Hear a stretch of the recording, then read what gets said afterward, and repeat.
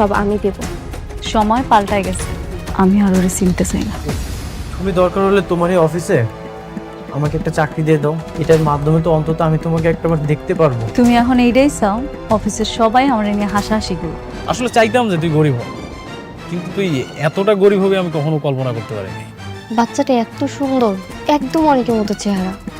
অনেক আমার সন্তানটারে শেষ দেখতে দেয় না। আমার লেভেলটা না তোমার মতো এরকম নিচু স্থানে না। শালিমা আমাকে তার পার্সোনাল অ্যাসিস্ট্যান্ট হিসেবে চাকরি কনফার্ম করে দিয়েছে।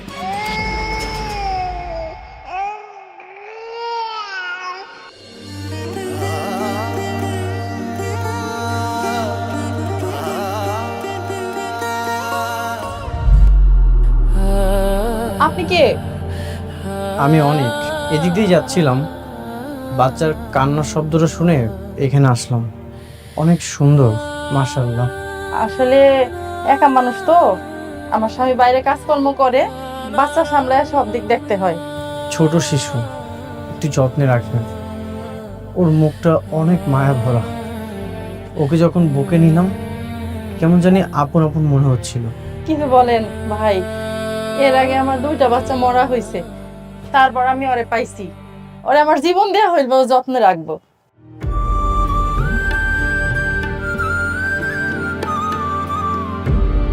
আমার কাছে তো তেমন টাকা নেই, আপনি টাকাগুলো রাখুন, যদি কিছু প্রয়োজন হয় কিনে দিবেন। না না থাক, টাকা লাগবো না, আপনি ওর জন্য দোয়া করেন, তাইলেই হইব।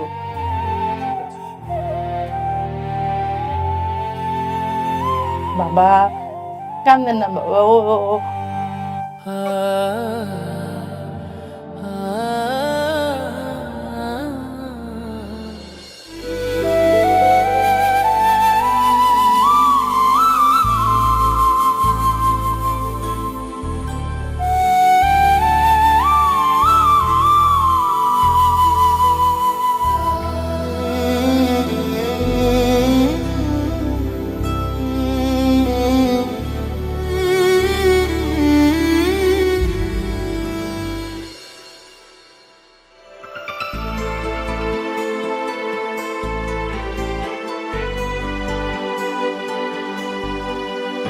আঙ্কেল, আমি আর পারছি না, অনেককে সবকিছু বলে দেওয়া উচিত। হ্যাঁ, আরে কি বলো বোকা মেয়ে, মানে এটা বললে তো আমাদের সকলের জেল হয়ে যাবে, বুঝতে পারছো? কিন্তু এভাবে আর কতদিন? বাচ্চাটা তার আসল মা বাবার কোলে উঠতে পারছে না।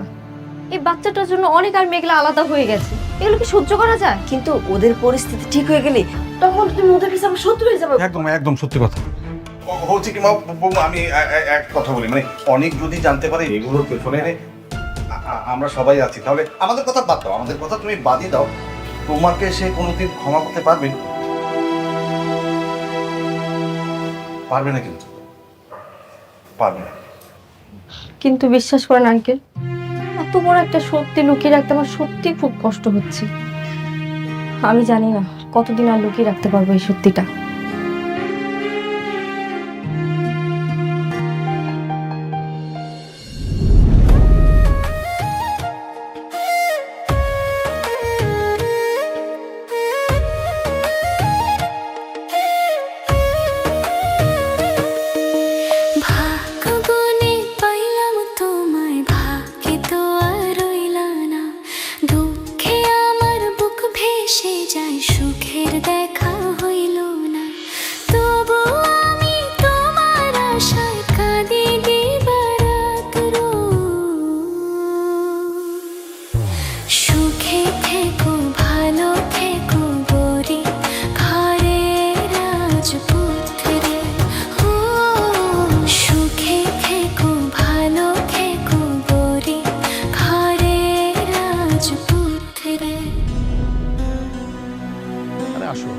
আসো আসো। ও সরি, অনুমতি ছাড়াই চলে আসলাম। আমার অবশ্য অনুমতি নিতে কখনোই ভালো লাগেনি। I hate permission. বসলাম, হ্যাঁ, if you don't mind.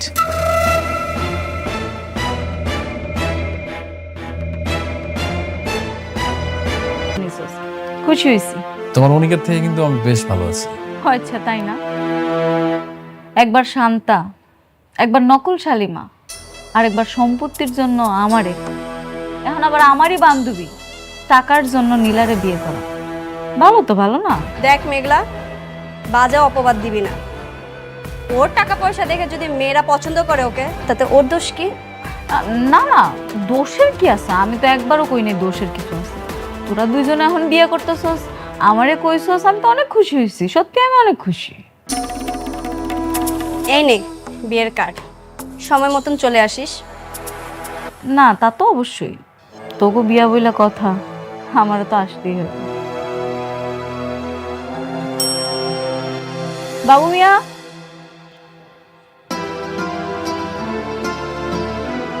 Madam ডাকছেন? আগামী শুক্রবার আপনি ফ্রি আছেন না? জি ম্যাডাম, শুক্রবার তো আমার ছুটি, আমি অবশ্যই সেদিন ফ্রি আছি।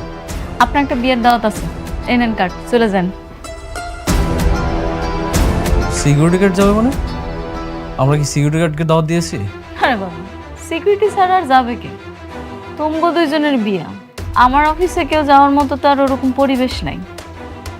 আর তোমরা ওই যোগ্যতা রাখো না যে আমি তোমগো বিয়াতে যাবো। দেখ মেঘলা, তুই কিন্তু আমাদের অপমান করতেছিস। অপমান?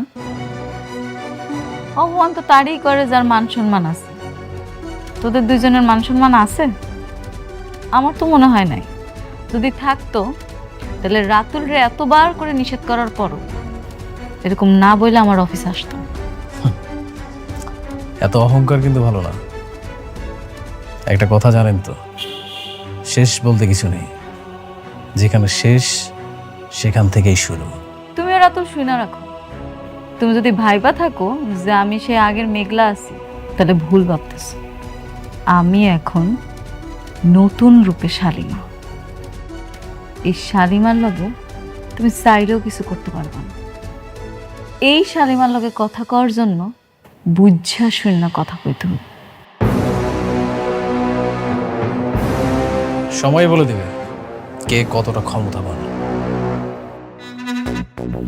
চলো।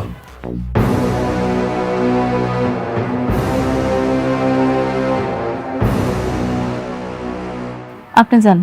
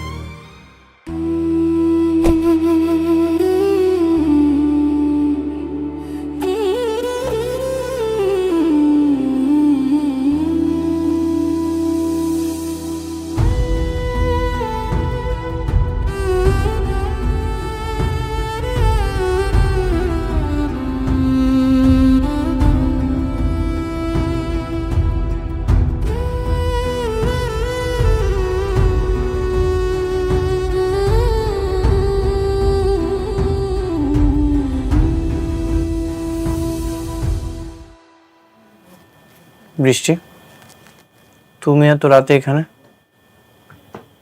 হ্যাঁ আমি তোমার জন্য রান্না করে নিয়ে আসলাম। তুমি এখানে এত কষ্ট করে আছো, আর আমি বাসায় কিভাবে থাকি বলো? তুমি এখনই খাবারটা খেয়ে নাও। এসব তোমাকে খেতে হবে না, রেখে দাও। এগুলোর কোনো দরকার নেই, আমি রান্না করতে পারি।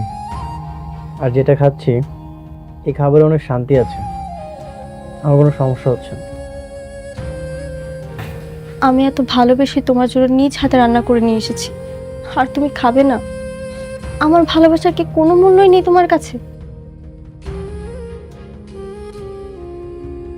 আচ্ছা একটা কথা বলি, বলো। তুমি আমার সাথে প্লিজ বাসায় চলো, আর না হলে আমি এখানে থাকবো। আমি তোমাকে ছাড়া থাকতে পারছি না, প্লিজ। না, আমি তোমাদের ওই বাসায় যাব না। আমি যে পাপ করেছি সেই প্রায়শ্চিত্ত আমাকে করতেই হবে।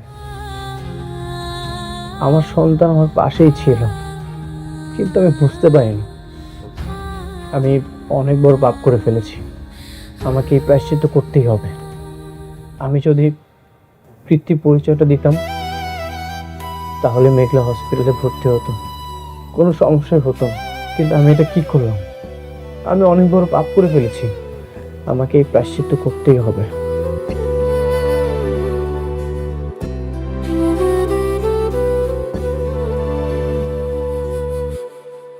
অনেক একটা কথা জিজ্ঞেস করি। মনে করো তোমার আর মেঘলার যে সন্তান মারা গেছে, সে যদি সত্যি সত্যি মারা না যায়, তখন কি করবে? যেটা হবে না সেটা বলে তো কোনো লাভ নেই। না, এরকম তো অনেক সময় হয়, তাই না? এই যে আমরা সিনেমায় দেখি, অনেক সময় বাচ্চা চুরি করে ফেলে হাসপাতাল থেকে, একজনের বাচ্চা আরেকজনের কাছে দেয়। তেমন যদি তোমার বাচ্চা অন্যজনের কাছে দিয়ে দেয় আর তাদের মৃত সন্তান তোমার কাছে দেয়, তখন? সন্তানের জন্য আমি দিনের পর দিন পাগল হয়ে যাচ্ছি। আর মেঘলা এই সন্তানের কথা ভাবতে ভাবতে ধ্বংস হয়ে যাচ্ছে। যদি তোমার কথা কখনো সত্য হয় আর আমি যদি সবকিছু জানতে পারি যে এই কাজটা করেছে, তার বুক চিরে কলিজা বের করে তাকে আমি খুন করে ফেলবো।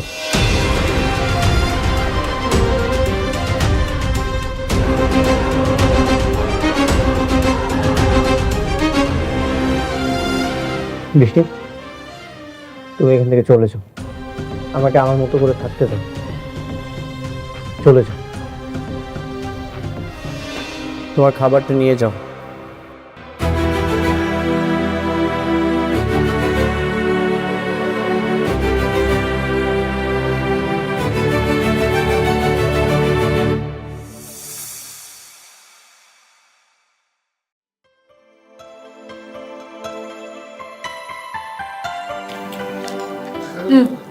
না আম্মা, আর লাগবো না রে বাবা। আব্বা নাও। শোনো আব্বা, ভাবতেছি কালকে তোমার দুইজনেরই আমার একটু অফিসে ঘুরে আন, যাইবা নাকি? কালকে যাইতে হবো মারে? আমি ভাবতেছিলাম তোর মায়ের নিয়ে আমাকে পুরান বাসা দিকে একটু যাবো।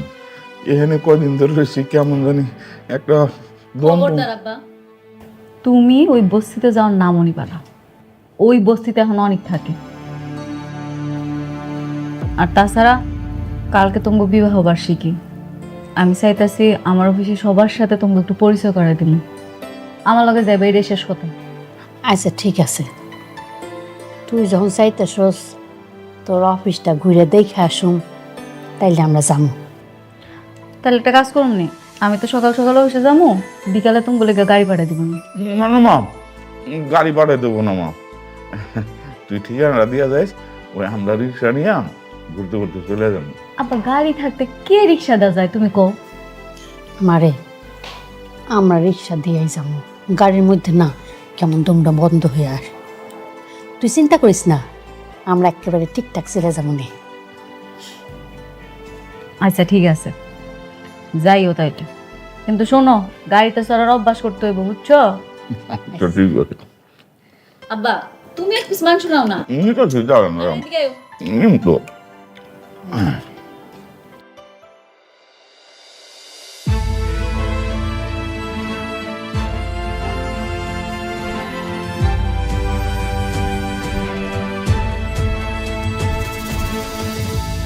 আপা, আপনি? আমি তো ওকে দেখতে এসেছি, আর ওর জন্য কিছু জামা কাপড় নিয়ে এসেছিলাম। দিন, আমার কাছে দিন।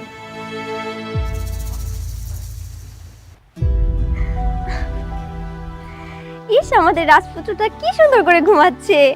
এই যে বাবা, দেখো তো কে এসেছে। তোমার ছোট মা এসেছে। তোমার জন্য আজকে অনেক সুন্দর সুন্দর জামা নিয়ে এসেছি, সবগুলো পরাবো তোমাকে।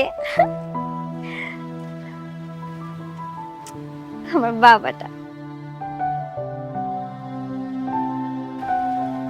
আপা, ওর জন্য কিছু জামা কাপড় নিয়ে এসেছি। দেখেন তো পছন্দ হয় কিনা। আপনি আনছেন আর সেই জিনিস আমার পছন্দ হইব না, এটা কি হইলো? আচ্ছা তাহলে আপনি একটু বসেন, আমি আপনার জন্য একটু নাস্তা নিয়ে আসি। আরে না না, আমি কোনো নাস্তা খাবো না এখন, আমি ওকে দেখতে এসেছিলাম। আর আপা, আপনাকে একটা জরুরি কথা বলার আছে। কি কথা? এই সন্তানের যে বাবা, সে খুব রেগে আছে। যদি ভুলেও কখনো জানতে পারে ওর সন্তান আপনার কাছে, তাহলে ও কাউকে ছাড়বে না। তাই আপনার আরো আগের থেকে বেশি সতর্ক থাকতে হবে। আচ্ছা ঠিক আছে, আমি সতর্ক হয়ে চলবো।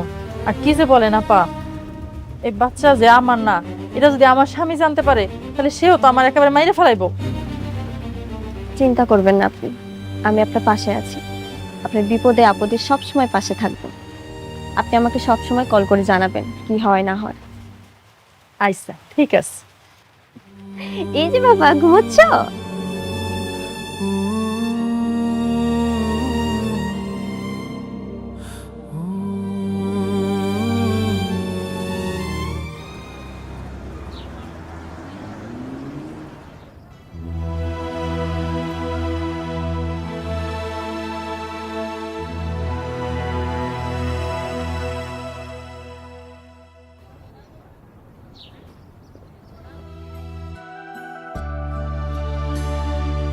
বাবা রে বাবা, কত সুন্দর আর কত বড় বিল্ডিং। দেখছো মেঘলার মা, হ্যাঁ কত বড় বিল্ডিং। সত্যি এটা তো মেলা বড় অফিস। আরে সত্যি এইটা। আরে আমাকে মেঘলা তখন অনেক টাকার মালিক, তাই না? আও, ভিতরে কে আছে একটু ডাক দি।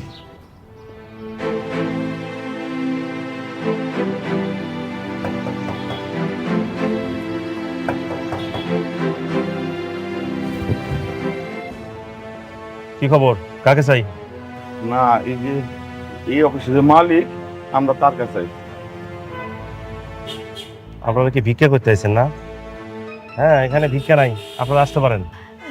না না বাবা, আমরা ভিক্ষা চাইতে আসি নাই, আমরা ওই মেঘলার কাছে আইছি। ওই যে এই অফিসের মালিক ওই যে শালিমা, ওর বাপ মা, আমরা ওর কাছে আইছি, আসতে কইছিলাম আমাকে।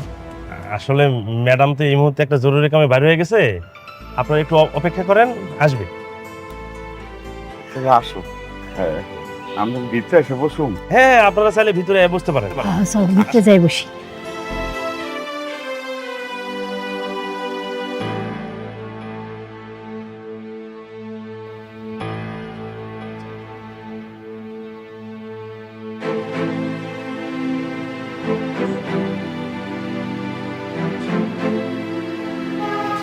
আপনারা এখানে বসেন, ম্যাডাম মিটিং শেষ করে এখনই চলে আসবে। বসেন বসেন বসেন।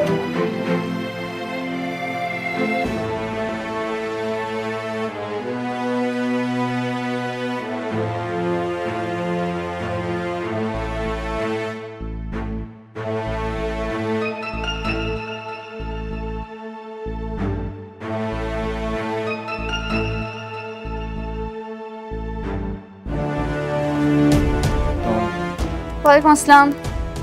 কি ব্যাপার, কোনো কাজ নেই? ওয়ালাইকুম আসসালাম। হ্যাঁ, আমরা কাজের বিষয়ে কথা বলছি। এরা কারা? ওদের পরিচিত? না না,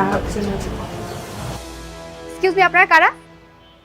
দারোয়ান, কোথা থেকে ফকির মিসকিন এসে অফিসে সোফায় বসে আছে, তোমরা কি দেখো না? আপনারা কি দেখেন না কেউ? মা, আমরা কিন্তু ভিক্ষুক না, ভিক্ষা চাইতে আসি নাই। আমি হচ্ছে মেঘলার বাপ, আর এটা হচ্ছে মেঘলার মা। মেঘলাকে মেঘলা হচ্ছে গিয়ে এই যে এই কোম্পানির মালিক। শুনেছো এই ফকিন্নিদের কথা? ওদের মতো ফকিন্নিদের মেয়ে নাকি এই কোম্পানির মালিক। মাগো, তুমি কিন্তু এবার সত্যি সত্যি আমাকে অপমান করতেছ। আরে আমরা সত্যি সত্যি মেঘলার বাপ, সেই অফিসের মালিক। আরে মেঘলা আসলেই তো বুঝতে পারবা, তাই না? আপনারা শুনেন, মেঘলা আসলে সব আপনারা বুঝতে পারবেন কে। আবার কথা বলিস? তোদের মতো ধান্দাবাজদের না আমার ভালো করে চেনা আছে। প্রথমে ঢুকবি, তারপর পায়ে ধরে কান্নাকাটি করে 2-10 টাকা বেশি নেওয়ার ধান্দা। হ্যাঁ, বের হ, বের হ বলতেছি। তুমি একটা ফোন দাও না মেঘলার।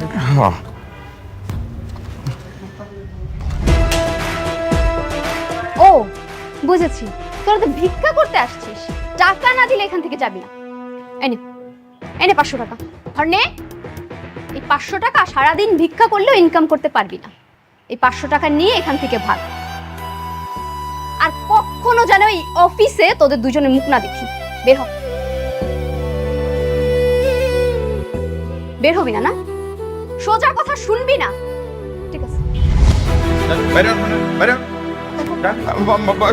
আগে শুনো না, কথাটা শুনো। আরে আসুন। মারে একটু কথাটা শুনো কোনো না। কথা নেই, বের হন। গেট খোলো, বের হন, বের হন, বের হন, বের হন। আর কখনো যেন এখানে না দেখি। আর আপনি নিজের দায়িত্ব বোঝেন না? নিজের দায়িত্ব যদি পালন করতে না পারেন, চাকরি থেকে বের করে দিব। আচ্ছা ঠিক আছে ম্যাডাম, এখন থেকে ঠিকভাবে পালন করব।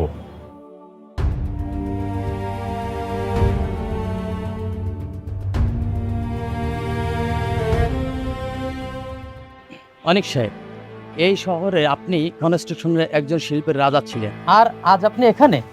আপনি চাইলে আজও আকাশ ছোঁয়া দালান বানাতে পারেন। আমাদের সাথে চলুন অনিক সাহেব। রাজা ছিলাম কিনা জানি না, তবে দালান বানাতে গিয়ে আমি আমার ঘরটাই হারিয়ে ফেলেছি। এখন আর দালান বানানোর কোনো শখ নেই। আপনি আমাদের মেধাবী, বিনিময়ে আপনি যা চাইবেন তাই পাবেন। এই টাকাটা আপনি অ্যাডভান্স রাখুন।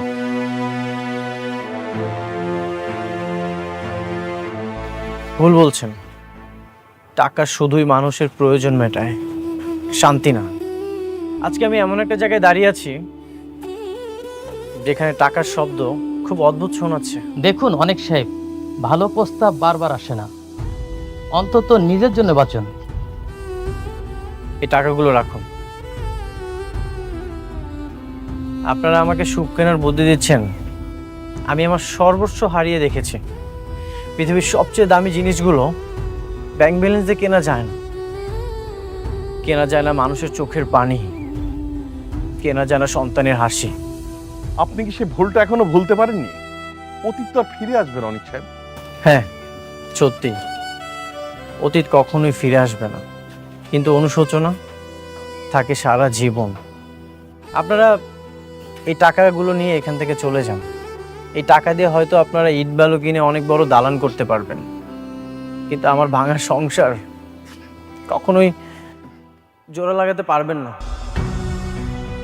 কিন্তু এই যে দেখছেন আমার এই ছোট্ট কুঁড়ে ঘর, এটা অট্টালিকার চাইতেও অনেক বেশি দামি। চলে যান এখান থেকে।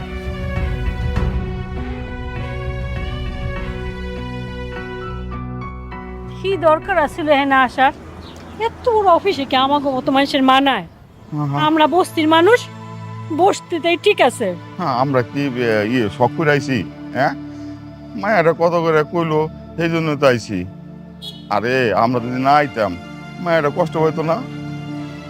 এদিকে মায়েরা তো মোবাইলটাও ভাঙা হালাইলো, আনার তো ফোন করে কইতে পারতাম যে আমরা আইছি। কি যে করি? আচ্ছা চলো জায়গা। আরে না, একটু অপেক্ষা করে দাঁড়াও, আমার মনে হয় আয়া পড়বো। দেখি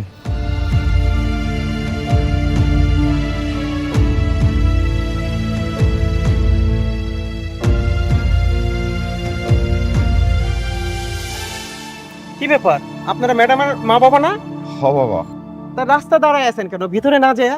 বাবা, আমরা ভিতরে গেছিলাম, কিন্তু ওই যে একটা মেয়ে আছে না, ও রাগ করে আমাকে মোবাইল টোবাইল ভাঙ্গা এই যে দেখো 500 টাকা হাতে ধরাই দিয়া বাইর করে দিল। সরি আঙ্কেল, আপনারা হয়তো বা চিনতে পারে নাই। ম্যাডামের আসার আর 10-15 মিনিট বাকি আছে, ততক্ষণে চলে আসবে। আসুন আমার সাথে ভেতরে। ভিতরে যামু? আসুন, আরে আসুন না।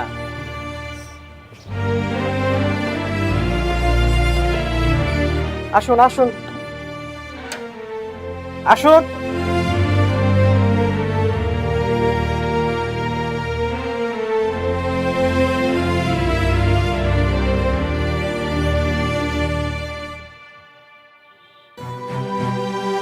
আপনারা বসেন, আন্টি বসেন।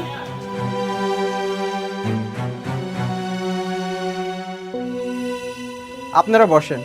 ম্যাডাম 10-15 মিনিটের মধ্যে চলে আসবেন। আমি একটু কাজে যাচ্ছি। আচ্ছা।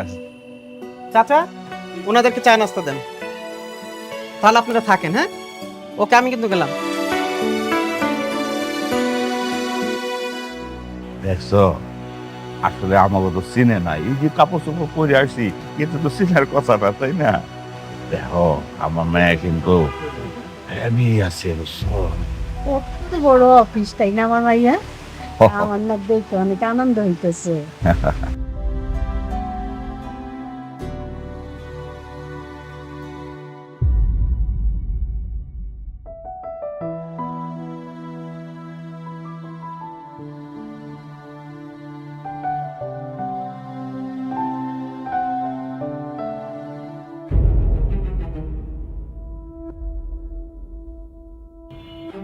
কি ব্যাপার? আপনাদের সাহস তো কম না, আবার চলে আসছেন। একটু আগে না 500 টাকা দিলাম, এতেও আপনাদের মন ভরে নাই। ফকিনের মতো আবার এসে এখানে বসে বসে চা খাচ্ছেন। বিস্কিট রাখেন, ওঠেন। বিস্কিটটা রাখতে বলছি না? এইগুলা কি কও মা? তোমার না কইলাম এইটা আমাকে মাইয়ার অফিস। মিথ্যাবাদী ছোট লোক কোথাকার, কথায় কথায় মিথ্যা কথা বলে। ওঠেন বলতেছি, বিস্কিট রাখেন, ওঠেন। তুমি কিন্তু খামাখা আমার সাথে খারাপ ব্যবহার করতেছো। তোদের মতো ফকিন্নিদের সাথে আর কি ব্যবহার করব? তোরা তো রাস্তার ফকির। এত সুন্দর বড় অফিসে এসে বসে খাবার খাওয়ার যোগ্যতা তোদের আছে?